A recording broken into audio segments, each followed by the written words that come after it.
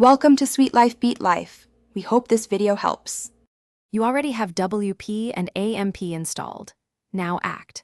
First, pick JSON LD as the primary format because it's AMP friendly and asynchronous. Next, audit content types you'll mark up, then create a concise schema mapping sheet for post types and taxonomies.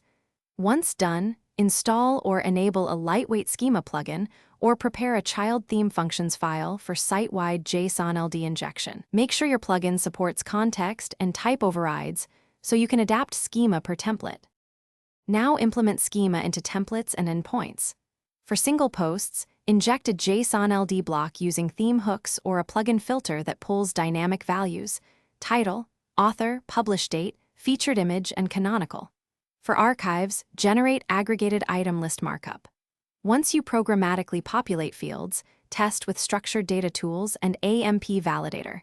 Iterate until no critical errors remain. Make sure to version your changes and use conditional logic to avoid duplicate or conflicting schema. Finish by validating every template and representative URL.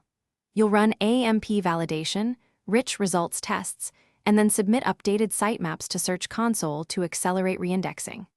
Once deployed, monitor enhancement reports and fix missing fields or type mismatches. If errors persist, clear all caches and disable other plugins to isolate conflicts. Often duplicate meta or another schema plugin causes issues. Maintain a rollback branch so you can revert quickly while you patch the root cause. Thanks for watching. Consider subscribing if we helped you.